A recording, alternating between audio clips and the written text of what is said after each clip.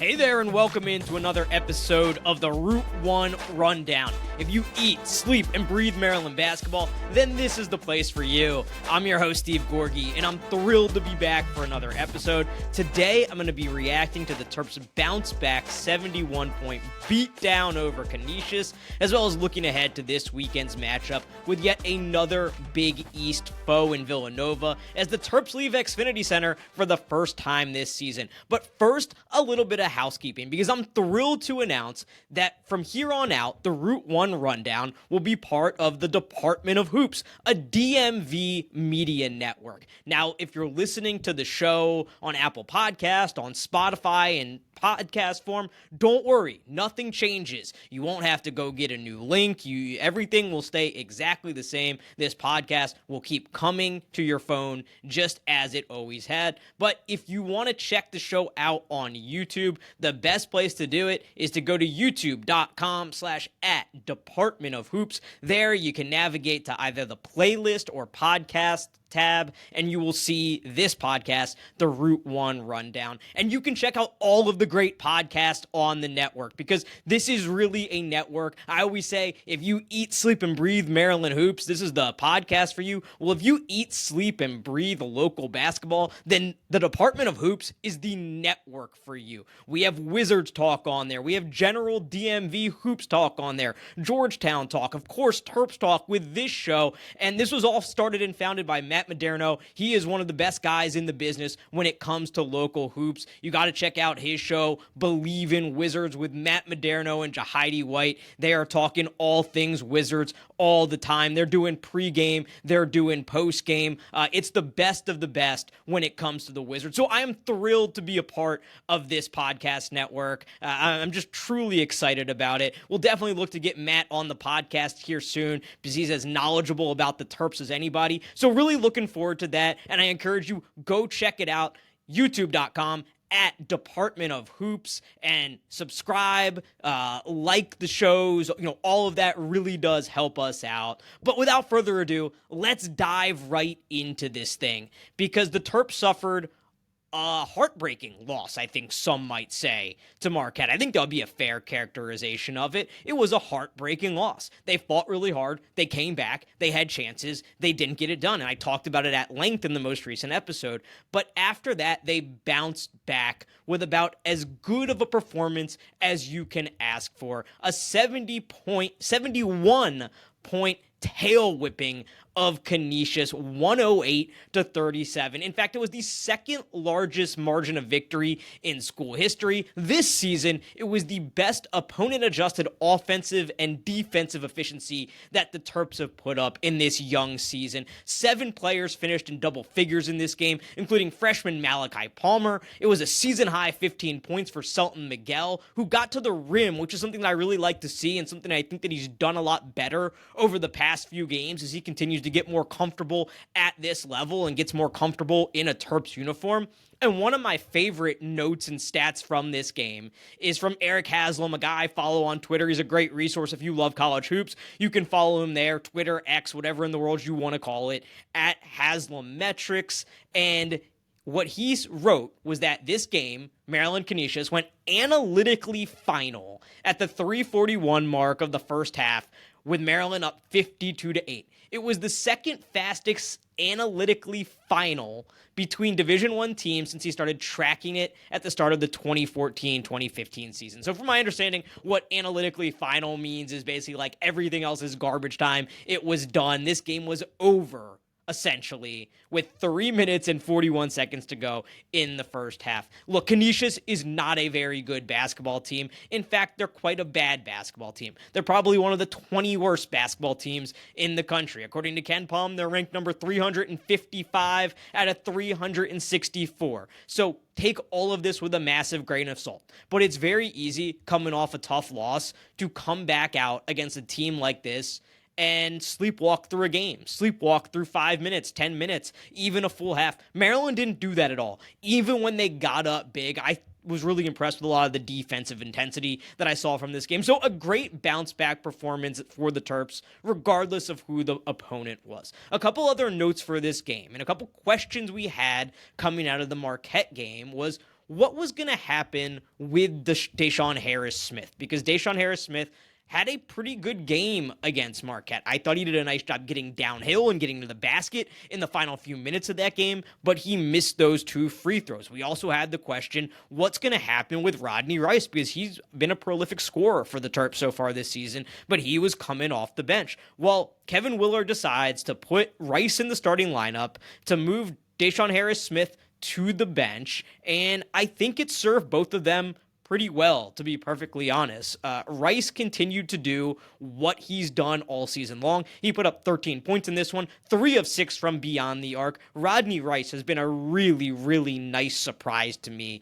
and it's hard to project for a guy who hadn't played a lot of basketball the last year and a half what he was going to be able to do coming in here, but we had seen some glimpses of what he could do at Virginia Tech. So far, he has lived up to every bit of that, and I think he's now a guy in the starting lineup. It was a move that needed to be made because he's clearly one of the best 5 players on the court. He's clearly one of your best scoring threats, and I think it was beneficial to move him into the starting lineup, and something that we're going to continue to see going forward. Now, Kevin Willard talked in his postgame about something very interesting with regard to this move and moving Harris-Smith to the bench. He said a lot of this move was about also giving Jay Young somebody who could also handle the ball when he was in the game, and that would be DHS. I mentioned it after the Marquette game. I felt like when Jacoby Gillespie was out, the Maryland offense completely changed because there was really nobody at his level who could run the offense. And I think what we're going to see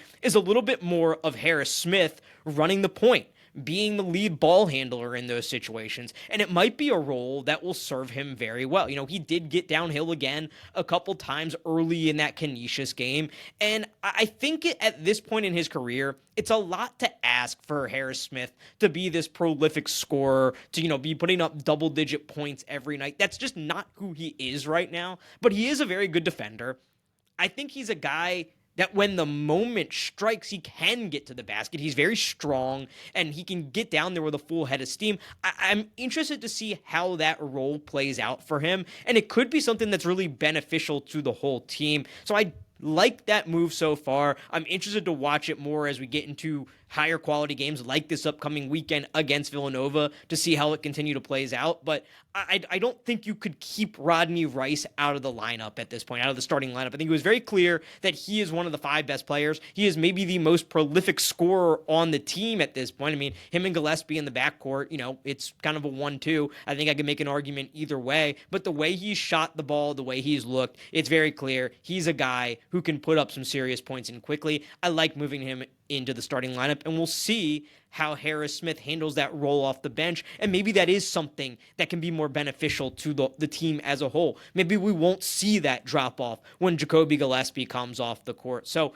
you know, 1 game in, I like it so far. Got to evaluate it more as we go forward, but I think it's a good start for both of them in those new roles. Now, one of the other questions I had coming out of that Marquette game is how is Julian Reese going to bounce back? Because I think he needed a little bit of a bounce back performance. Look, Julian Reese didn't score in the first half of that game against Marquette. Julian Reese, as a senior leader, as a guy who's very accomplished in the Big Ten, was pretty much stapled to the bench for the last, 5-7 minutes of that game, while Derek Queen, as a freshman, was out there on the court. And Julian Reese only had 2 points in this game. And, you know, we've seen instances where Reese is not playing because he fouls out or he's in big time foul trouble. Yeah, he had 3 fouls in this game, but it didn't ever feel like a situation where he was in foul trouble, and that's why he had to sit down. And I couldn't commend Julian Reese enough for how he bounced back in this game and really just got back to work. I think he knows, or it appears that he knows,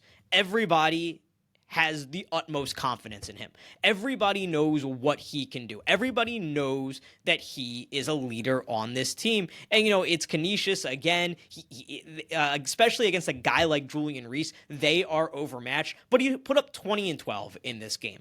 And an interesting note again from Kevin Willard in his postgame, he mentioned that he made it a point very early in that game, on that first possession of that game, to get it into Julian Reese because of how the Marquette game had gone. I think the way I read into it, he wanted to show Reese that, look, you are our guy. You are a leader on this team. We're going to need you. And believe me, they are going to need both him and Derek Queen in big ways throughout Big Ten play. If Maryland wants to be a tournament team, if Maryland wants to maybe get to a second weekend, they are going to need both of them. They're going to need both those guys to be all Big Ten caliber players. So Kevin Willard said he wanted to get Julian Reese the ball early in that game. And what did Julian Reese do? He didn't force up a shot. He passed it back out. And Willard said that really spoke volumes to him about his unselfishness and kind of set the tone for the Terps in terms of being unselfish in that game. And it's a small thing, but I think a very, very important thing that says a lot about this team and their togetherness and their unselfishness and what they can be. So I really like that response from Julian Reese, not just going out trying to get his, but making sure it was still a team game and then taking advantage of the opportunities that he had in that game to put up 20 and 12. A really nice bounce back performance for Julian Reese. I also thought the guards around him did a better job of getting him the ball when he had position, when he was in a good scoring position. That was something that wasn't on Julian Reese in the Marquette game that I felt like the guards could have done a better job of. It seemed much better against Canisius. Now it's much easier against a team like Canisius than a Marquette team that is very good, very experienced, a very cohesive defense, but still it's better. If there's one thing I'm kind of looking at with Maryland, when I look at the statistical profile, when I just trust my eyes with how they've played this season, I'd like to see a little bit more passing. I'd like to see a little bit more in terms of assist. On the year, Maryland is 313th in the country in assists per field goals made. So only getting an assist on 41, just over 41% of the field goals made. That pales in comparison to a team like a Xavier, for example. And Xavier has not played the greatest competition in the world yet, although they have played a Wake Forest. Xavier, at this point in the season, has a 77% assist percentage. So really kind of pales in comparison there to what a team like Xavier is able to do in terms of their offense and how they're moving the ball. It's a nitpick, but it's something I would like to see, because when you get too much into that one-on-one game, it can really cause problems for you later in the season. So just a small nitpick there. My final note here on this Canisius game is Jordan Geronimo didn't play in this game. Kevin Willard said in the postgame he had a bruise. He could have played, but they held him out for precautionary purposes with this game against Villanova coming up, with a couple other non-conference games, and then kind of getting into Big Ten play here in just a couple weeks. Back-to-back games, Ohio State and Purdue, December 4th and December 8th. So Jordan Geronimo was out. Really a game-time decision according to Kevin Willard, but more precautionary than anything. He could have played, but with the schedule coming up, he felt like it was maybe better to keep him out of this one. So let's turn the page here and look ahead to the next game that will give us a little bit better of an idea what this Maryland team is all about. Maryland has handled business against the teams they are supposed to handle business against, and they battled with Marquette, a very good team, a team that, by the way, just beat Purdue the other night, really took it to Purdue. It was a 76-58 win against the Boilermakers in Milwaukee. So Marquette's a very good team. Marquette is a team that's going to be right up there and challenge for the Big East, right up there with UConn and Creighton.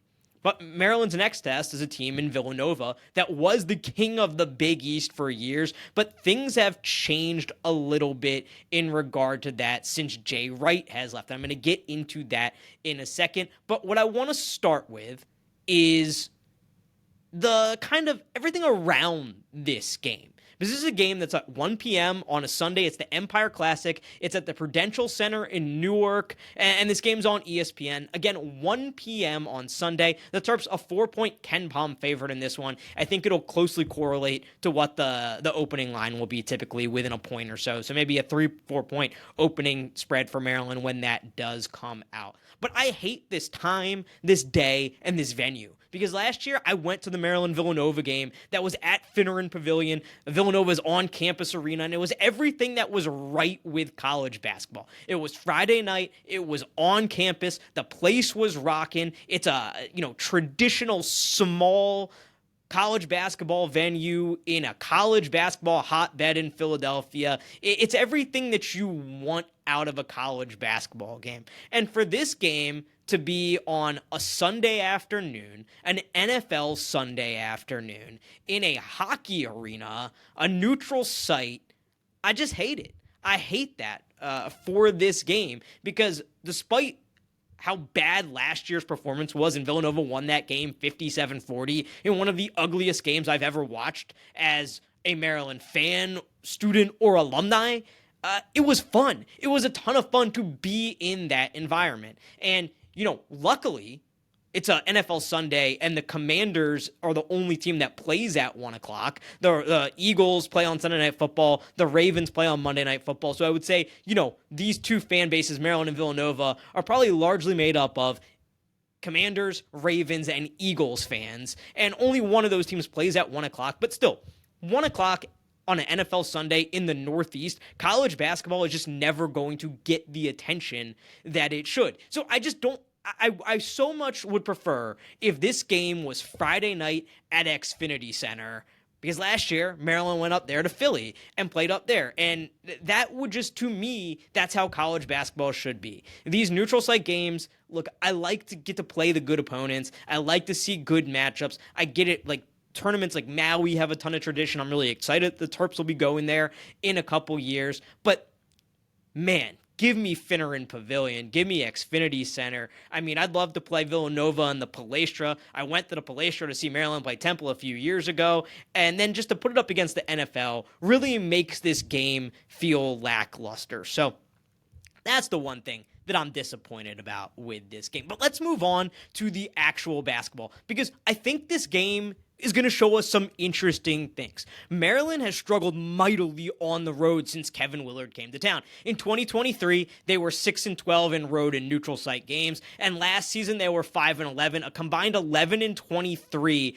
over the past two seasons in road and neutral site games. And this will be the first time this season that Maryland leaves the comfort of the Xfinity Center. Now, you might be thinking, okay, not a big deal, because this Villanova team is not your older brother's Villanova team. They're 3-3 right now, and they're a team and a program that has quite frankly struggled since Jay Wright decided to retire and Kyle Neptune took over. They missed a tournament in each of Neptune's first 2 years. They aren't on the right path this year, taking losses to Columbia and St. Joe's already, the second year in a row that they've lost to St. Joe's, as well as a loss to Virginia in a game in Baltimore. They're 3-3 on the season, so you might be thinking, okay, not a big deal. Maryland struggled a bit away from Xfinity Center, but this team's not very good. Well, first and foremost, Maryland, it hasn't really mattered where Maryland has played or who they've played on the road the past couple of seasons. I mean, you could play just about anybody, and it would be a little bit of a struggle. If you remember 2 seasons ago, as Maryland was finishing off a very nice year one under Kevin Willard, they went to Nebraska in a game they were 18-8, 9-6 in the Big Ten. That was a year the Big Ten was so close to the top, like everybody was fighting for the number 2 seed in the tournament. Well, they lose an overtime game to Nebraska. Okay, then a few weeks later, they lose back-to-back road games to Ohio State and Penn State, and that Penn State team was pretty good, but that Nebraska team that they lost to was not very good. That was a 500 overall Nebraska team. So that's first and foremost is, away from home is away from home. And you see it, it's not unique to Maryland. You see it across college basketball. You see Purdue beat Alabama at home, a very good Alabama team, an Alabama team that went to the Final Four last year, and they go up to Milwaukee against also a very good Marquette team, but they get blown out. But that can be the difference between playing at home and playing on the road. And granted, I know this is going to be a neutral site game, so I know, but regardless, Maryland has struggled both on the road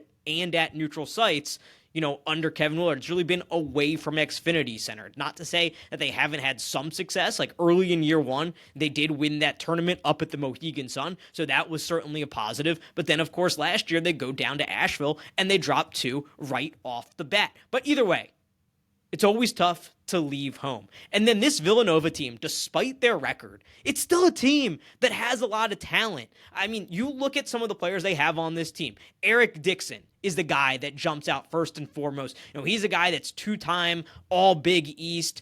He's a guy who's really a unique player because he kind of plays the 4, plays the 5. He's 6'8", 265, but he can operate in the post. He can also run the pick and pop really effectively, where he can shoot the 3. I mean, he's shooting over 56% from beyond the arc this year. He's a guy for his career who has shot something like in the high 30s. I thought I had it right here. I'll try to make sure I bring it up. I can get you that correct number. But for his career, he shot 38.8% from beyond the arc. This year, almost 57%. So he can shoot it from the outside. He can handle the ball. He's very strong. He's very physical. He can operate in the post. He's a great offensive rebounder. He's very different from a lot of the bigs that Maryland sees in the Big Ten, but he's also different from a guy like Ben Gold that Maryland saw last week again for Marquette, who really wants to shoot it, as Derek Queen so elegantly put it in his presser ahead of that game. He just wants to shoot the ball. Eric Dixon can shoot the ball. He's very good at shooting the ball, but he can do more than just shoot the ball. He's one of the best offensive rebounders in the country. Again, very strong and physical, 6'8", 265. He's the kind of guy that is a college basketball legend, maybe doesn't ever really make it in the NBA, but I guarantee you Big East fans and Villanova fans will never forget him. So, I mean, they got a really talented guy in him. They also have a transfer in Wooga Poplar from Miami who was universally regarded as like a top 15, 20 type transfer this offseason. Everybody wanted him. He ends up at Villanova. He didn't start in their most recent game against Penn, which was a nice bounce back victory for them coming off back-to-back losses. They win 93-49, but he had a pretty nice game coming off the bench. He didn't start because he was late to a team meeting. He puts up 19 off the bench. And then their point guard, Jameer Brickus, is a transfer from LaSalle. They kind of put together like this Big 5 all-star team where they get Jameer Brickus from LaSalle. They get Tyler Perkins to transfer over. I think, where was he at last year? I believe he was at Penn a season ago. They get him to transfer over. They have a lot of transfers on this team, but they have a lot of talent on this team. And Brickus has been good.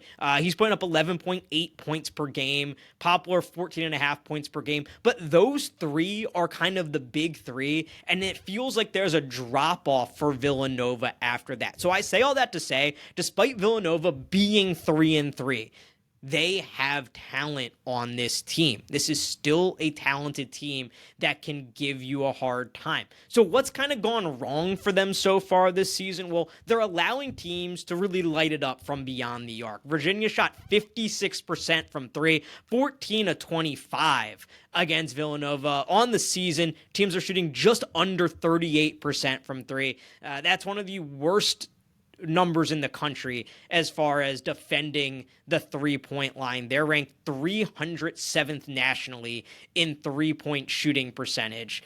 Not very good at all. When I watched them play against Penn, and I watched cut-ups of that game, and I felt like you watch them and you're like, okay, they have this talent. They have these guys. You're watching Brickus get to the line or get to the rim kind of at will, but it feels like outside of those three guys, they have kind of a lack of other options. And then you go and you look at the numbers, there's a few other guys like Jordan Longino averaging just under 10 points a game, and he's a guy who will spell Jameer Brickus at times at the point guard spot, but you just don't see a lot of other scoring threats on this team outside of that kind of big three. That was one of the things that kind of stood out to me. And then defensively, they have not been good enough. They're ranked number 92 in the country defensively in KenPom. They gave up 70 to Virginia, and I mentioned how Virginia, really lit it up from beyond the arc. Well, I feel like giving up 70 to Virginia is like giving up 90 to other teams, given the pace that the Cavs play at. Virginia had a 1.11 points per possession in that game, a very, very efficient efficient offensive night for the Cavs. So what am I looking at in this game? What are the question marks? What are the keys for the Terps? I think it's all going to start with Eric Dixon, how they defend him. If they're able to shut him down, I really see Villanova having a hard time winning this game, right? Yeah, he's averaging 24.4 points per game this season. As I mentioned, he can kind of do it all. And I think a lot of it, though, is going to start, and I think Maryland has the personnel to handle his ability to shoot from the outside. And then also, if he's not shooting from the outside, take the ball and get to the rim with the dribble. I think Maryland and Reese and Queen also have the personnel to stop him in the post. But to me, that's where this whole thing starts. It starts with Eric Dixon and how they defend him. They can't let Eric Dixon just win the game for them. That's where it would start. Another thing that I'm really curious about in this game is, can Maryland force turnovers? Because I mentioned Jameer Brickus, the LaSalle transfer, who's one of their best players, one of their kind of their big three there. But really, when you look at this team and when you watch them and when you watch them play against St. Joe's, Brickus is like really their only ball handler. He is the guy that the offense runs through. You know, it kind of feels like Jacoby Gillespie with the Terps at times. Jordan Longino will handle the ball for them a little bit, but it's not quite the same. But you look at Brickus' numbers, he's turning the ball over a lot. He's turning the ball over. He has a 26.4% turnover rate. That is not very good. As a team, Villanova is turning the ball on just under 19% of possessions. That's 213th in the country. Again, not very good. Maryland is a team that's been very good this season at forcing turnovers. 12th in the country. They forced a turnover on something like 8 of Canisius' first 12 possessions. We didn't see it as much against Marquette, but I think Maryland can force a lot of turnovers against Villanova, and if they do, and that's leading to easy buckets, that's going to be a big advantage for the Terps. In that same vein, one of the things that I thought St. Joe's did really well against Villanova was they broke their press with ease.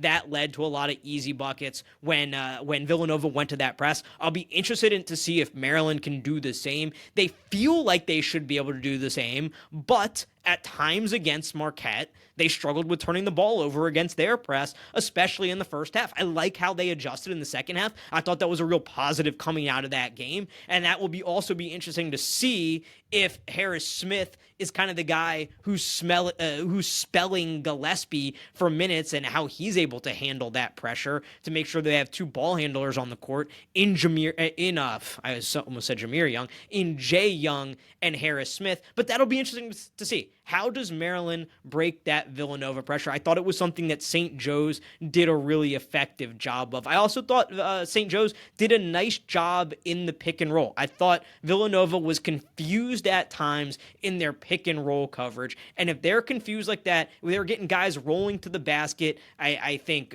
Reese and I think Queen are both guys who are effective in that pick and roll situation. And it's going to be on the guards, Jacoby Gillespie being the main guy there, to make sure he's able to get them the ball when they have the ball in the right situation. One more thing I'm looking at in this game is Villanova is traditionally a program and a team that likes to shoot a ton of threes. And this year really doesn't seem very different. You know, their number as far as 3-point attempt percentage goes is down a little bit. About 43% of their shot attempts are threes. In the last couple of years, they've been right around 48%. So it's a little lower than normal. But whenever you're playing a team like that, there's an opportunity for a lot of high variance, right? Villanova shoots a lot of threes. They are a good three-point shooting team. I've already talked a lot about Eric Dixon and his ability to shoot the three, and he's certainly a guy that can do it, but Brickus is a guy who can shoot the three, shooting 45% on the season. Tyler Perkins shooting 40% on the season on 25 three-point attempts. This isn't a guy playing up 5 threes over the course of 5 games. He's shooting about 5 or so threes a game, or a little less. They played 6 games, but Tyler Perkins shooting 40% from beyond the arc. Uga Poplar, 38% from beyond the arc. So they have guys who are going to be willing to shoot at a high clip, and can shoot it if Villanova does hit a bunch of threes, because at times, no matter how good of a defensive team you are, teams can get hot. How does Maryland respond to that? Because while Maryland, I feel like, has improved from a three-point shooting percentage, now they're shooting above 30% on the season, which is an improvement over last year's 28.9% so far. Maryland is still a team that relies on the two, that relies on guys getting downhill, that relies on Jacoby Gillespie getting to the bucket, that relies on playing through the post with Julian Reese and Derek Queen. And if Maryland gets into a situation where they are playing good defense, but shots are just falling, because sometimes good shooters make shots, especially when they're putting up shot after shot from beyond the arc, how does Maryland respond? Does Maryland stay true to its identity, true to its game plan, true to what they do well, continue to get downhill, continue to play through Julian Reese and Derek Queen, and play the game out that way? Or do they start feeling the pressure like we have to match them 3 for 3 and start taking bad shots? That's something that I'm very interested to watch, because I think there's an avalanche kind of effect that can happen when you get down in a game and a team is taking a lot of threes and making a lot of threes, where you feel like you have to do the same thing to match them. I really truly feel like in this game, if Maryland stays true to its identity, if Maryland plays the kind of defense that they've been playing this year, if they can force turnovers, which I think will be critically important, if they can play through the post, because as good as Eric Dixon is, I don't know that there's anybody else on this Villanova roster, and I certainly don't think there's two people who can be on the court at the same time that can shut down both Julian Reese and Derek Queen. I also think that Jameer Brickus is maybe a little bit of a defensive liability against Jacoby Gillespie. Gillespie's been a guy who's been, a little bit under the radar, but that Marquette game was not a breakout game because he's been doing it all year long, but kind of a spotlight game for him, because he goes out and he puts up 24 points on a really, really big stage. I think Maryland has the advantage there at the point guards, but I think Brickus is good, but I think defensively, I think Gillespie can get the better of him on the offensive end. So I like that. I like where the Terps stand in this one, but going on the road, it's always a question mark, and especially for the first time in the year. And I know it's not on the road, it's a neutral site game, but leaving Xfinity Center for the first time this year is always going to be a little bit of a question mark to me. So those are kind of the big things to me. How do they handle Eric Dixon? Can Maryland force turnovers?